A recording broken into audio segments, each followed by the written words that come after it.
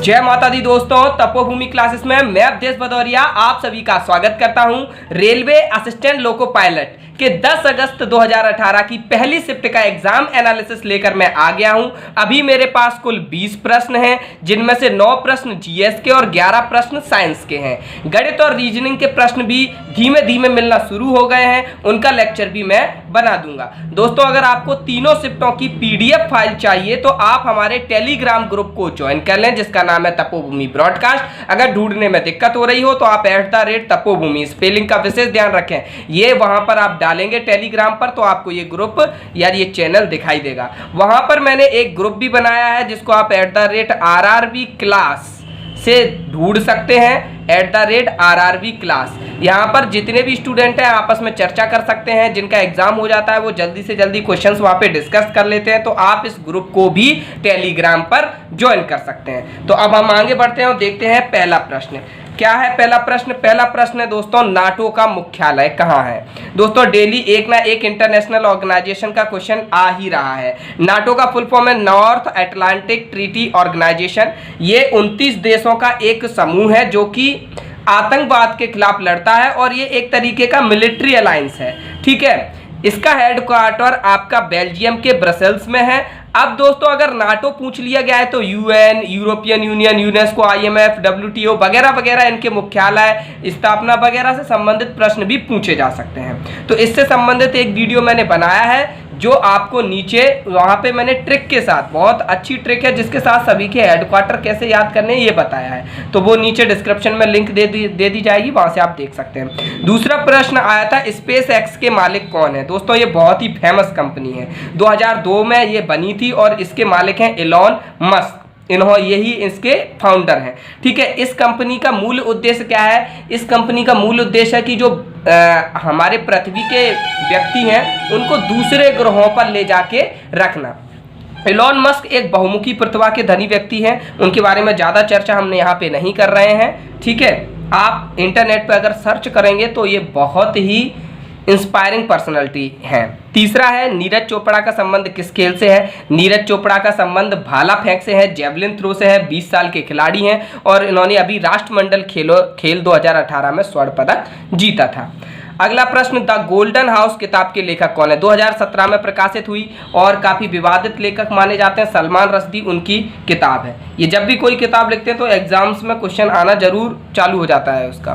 अगला है, ओलंपिक 2016 में भारत के ध्वजवाहक कौन थे। तो ओलंपिक 2016 में भारत के ध्वजवाहक थे अभिनव बिंद्रा। दोस्तों, ओलंपिक पुरस्कार वगैरह वगैरह इनसे संबंधित काफी प्रश्न पूछे जा रहे हैं, यानी कि जो राष्ट्रीय खेल और अंतर्राष्ट्रीय खेल है और पुरस्कारों से संबंधित। तो इसी संबंध में मेरी एल्डर सिस्टर हैं किशोरी भदौरिया, जिन्होंने अनअकैडमी पे 2 बहुत ही अच्छे लेक्चर डाले हैं, जिसमें कल ही उन्होंने रेमन मैग्सेसे से पुलित्जर और भी भारत रत्न, पद्मश्री, ये सारे अवार्ड्स के लेक्चर भी ऐड कर दिए हैं, जो कि आपके रेलवे एग्जाम के दृष्टिकोण से काफी महत्वपूर्ण है। तो आप अनअकैडमी पर सर्च कर सकते हैं किशोरी भदौरिया, या आप केवल किशोरी सर्च करेंगे तो किशोरी भदौरिया आ जाएंगी। ये स्पेलिंग का ध्यान रखें और वहां पर आप उनके कोर्स देख सकते हैं। 5-5, 6-6 मिनट के लेक्चर हैं, जिनको आप स्पीड ज़्यादा करके भी देख सकते हैं और आपके लिए काफ़ी बेनिफिशियल हो सकते हैं ये लेक्चर। छठवां प्रश्न है, कैक के डायरेक्टर कौन है। तो कैक के डायरेक्टर है राजीव महर्षि जी, जो कि 13वें डायरेक्टर हैं। कैक की जो स्थापना से संबंधित आर्टिकल संविधान में 148 से 151 तक है, ठीक है। पेटा की पर्सन ऑफ द ईयर कौन बनी है 2017 में। 2017 में पेटा एक संस्था है जो कि एनिमल्स यानी कि जानवरों की देखरेख और उनकी सुरक्षा को बढ़ाने का काम करती है और उन्हीं से संबंधित है पेटा, ठीक है। तो उन्होंने पर्सन ऑफ द ईयर का अवार्ड किसको दिया 2017 में, तो वो उन्होंने दिया है अनुष्का शर्मा जी को, जो कि एक अभिनेत्री हैं। 8वां प्रश्न, टेलीफोन का आविष्कार किसने किया। डेली एक आविष्कार पे प्रश्न पूछा जा रहा है, ग्राहम बेल ने किया। एक प्रश्न, नोबेल पुरस्कार इकोनॉमिक्स से संबंधित कुछ ऐसा ही कुछ प्रश्न पूछा गया था, एग्जैक्ट क्वेश्चन याद नहीं है। अब बढ़ते हैं हम साइंस। तो जो साइंस में पहला प्रश्न है वह है कि ओम के लॉ पे डिपेंड था। ओम का लॉ सभी लोग जानते हैं, V=IR। V यहाँ पे पोटेंशियल डिफरेंस यानी कि विभव अंतर होता है, ठीक है, जो विभव का अंतर है वह है। और I आपका करंट है, यानी कि ये एक तार है, यहाँ पर ये दो बिंदु हैं, यहाँ पर इनके बीच का पोटेंशियल डिफरेंस V है और इसमें I करंट फ्लो हो रहा है। तो V आपका प्रोपोर्शनल होता है I के। जैसे ही आपने प्रोपोर्शनल का चिन्ह हटाया तो बराबर V is equal to I R आ गया, यानी R कैसा है आपका कांस्टेंट है। R होता है रेजिस्टेंस, इस तार का, इस वायर का रेजिस्टेंस। अब वो ये कह रहे हैं कि आपका पोटेंशियल डिफरेंस और धारा यानी करंट दोनों ही कांस्टेंट रहे, स्थिर रहे, तो प्रतिरोध पर क्या प्रभाव रहेगा। दोस्तों ये दोनों चाहे स्थिर रहे चाहे बदलें करें कुछ भी हो, आपका रेजिस्टेंस सिंपल वायर में हमेशा फिक्स ही रहेगा। ये कांस्टेंट ही तो आई थी, तो ये केवल घुमा के इस तरीके से प्रश्न आता है। अभी वो कह दें कि अगर पोटेंशियल डिफरेंस बढ़ जाता है, ठीक है, एवं धारा आपकी कम हो जाती है, अगर पोटेंशियल डिफरेंस आपका बढ़ जाता है और धारा भी आपकी बढ़ जाती है, तो प्रतिरोध पर क्या प्रभाव पड़ेगा। हम कहेंगे भैया प्रतिरोध हमेशा फिक्स ही रहेगा, ये आगे कुछ भी लिख दें, वो प्रतिरोध हमेशा साधारण तार में फिक्स ही रहना है, ठीक है। अगर साधारण तार है तो प्रतिरोध फिक्स रहना, तो ये केवल घुमा फिरा के पूछा गया प्रश्न है। आर आपका हमेशा कांस्टेंट रहेगा। दूसरा प्रश्न डिग्री सेल्सियस को केल्विन में बदलने से लेकर था। तो दोस्तों ये 4 महत्वपूर्ण स्केल हैं जिनमें हम तापमान को नापते हैं। एक Kelvin scale, Fahrenheit scale, Romer scale और सेल्सियस स्केल, ठीक है। आपको किसी भी स्केल में अगर आपका दिया गया है, आप दूसरी स्केल में उसको चेंज कर सकते हैं। जैसे मान के चलो क्वेश्चन आ जाता है कि 73 डिग्री सेंटीग्रेड को केल्विन में बदलना है, तो हम क्या करेंगे, ये वाला पद और ये वाला पद उठा लेंगे, इन्हीं दो में तो संबंध निकालना है। तो K माइनस 273/100 बराबर C बटा 100, 100 से 100 काट देंगे तो कितना आ जाएगा, K माइनस 273 बराबर C। अब देखो C बराबर कितना है, 73, तो यहाँ पे 73 लिख देंगे हम, लिख दो 73, C बराबर 73 है कि नहीं, तो K की वैल्यू आ जाएगी K माइनस 273 बराबर 73, तो K बराबर कितना आ जाएगा 73 प्लस इसका 75 किया 273, इन दोनों को जोड़ देंगे, इतनी आ जाएगी K की वैल्यू।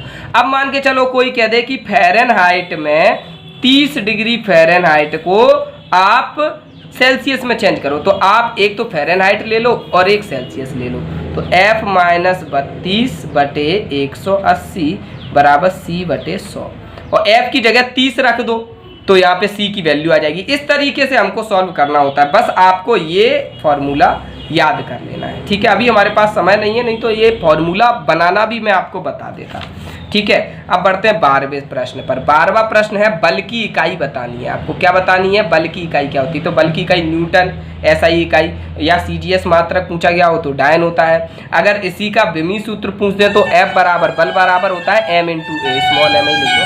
m द्रव्यमान है, a आपका क्या है, एक्सेलरेशन है, त्वरण है। तो त्वरण का जो है वह कितना हो जाएगा, जो एक्सेलरेशन है वह होता है वेलोसिटी अपॉन टाइम, एक तरीके से dv अपॉन dt, तो v अपॉन t लिख देते हैं। और वेलोसिटी क्या होती है, इस वो डिस्टेंस अपॉन टाइम, तो d अपॉन टी स्क्वायर हो जाएगा, तो l अपॉन टी की घात -2, ये आपका हो जाएगा a की विमीय सूत्र, और m का हो जाएगा m, तो ये इसका विमीय सूत्र भी हो जाएगा अगर विमीय सूत्र पूछ दिया जाए, ठीक है।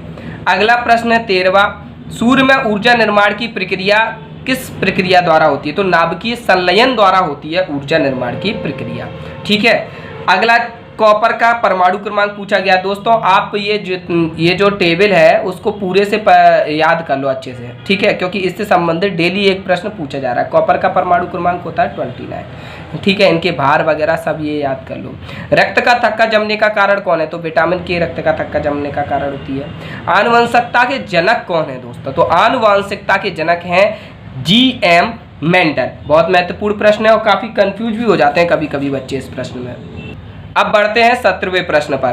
दोस्तों ये जो 17वां प्रश्न है विटामिन सी का रासायनिक नाम, मैंने इसका आंसर नहीं दिया है, जानबूझकर नहीं दिया है, इसलिए नहीं दिया है क्योंकि अब विटामिन सी का तो नहीं पूछा जाएगा, लेकिन विटामिन ए, बी, डी इनके रासायनिक नाम पूछे जा सकते हैं। साथ ही साथ विटामिन बी में बहुत सारे विटामिन है, विटामिन B1, विटामिन 1, B12 वगैरह वगैरह, उन सभी के भी रासायनिक नाम आपको याद होना जरूरी है। अगली शिफ्टों में वो पूछे जा सकते हैं, तो वो वाला टॉपिक आप कवर कर लीजिए, ठीक है। या फिर अन अकेडमी पर वह टॉपिक किशोरी भदौरिया मैम डाल देंगी, तो आप उनको फॉलो जरूर कर लें वहां पर। 18वां प्रश्न है मलेरिया का परजीवी। इससे संबंधित कुछ था। तो मलेरिया जो होता है वो मादा एनाफिलीज मच्छर के काटने से होता है, और उसके भी रक्त में क्या है, वह जो प्लाज्मोडियम परजीवी होता है, परजीवी यानी जो दूसरों पर जिंदा रहते हैं, ऐसे जीव, छोटे छोटे ऐसे सूक्ष्म जीव जो दूसरों पर जिंदा रहे, तो प्लाज्मोडियम है वह हमारे शरीर में आ जाता है और हमको मलेरिया हो जाता है। तो मलेरिया से संबंधित परजीवी कौन है, प्लाज्मोडियम। अगला क्वेश्चन है, प्रोटीन किससे मिलकर बना होता है, तो एमिनो एसिड से मिलकर बना होता है। 20वां प्रश्न है, हीलियम के आखिरी कक्षा में कितने इलेक्ट्रॉन होते हैं, तो हीलियम की आखिरी कक्षा में वो 2 ही इलेक्ट्रॉन होते हैं, वही पहली वही आखिरी कक्षा है, फर्स्ट एंड लास्ट, ठीक है। लेकिन बाकियों के बारे में भी आप देख लो, क्योंकि डेली 2 प्रश्न पूरी टेबल से पूछे जा रहे हैं, आवर्त तालिका से पूछे जा रहा है, पीरियोडिक टेबल से पूछे जा रहे हैं, तो ये भी आपके लिए महत्वपूर्ण हो गई है। दोस्तों साइंस का पोर्शन अच्छा आ रहा है और डेली बिल्कुल फिक्स्ड पैटर्न पे आ रहा है, तो आप इसको अच्छे से जरूर कर लें, और अगर आपको ये लेक्चर पसंद आया है तो अपने दोस्तों के साथ शेयर करना बिल्कुल ना भूलें। धन्यवाद, जय माता।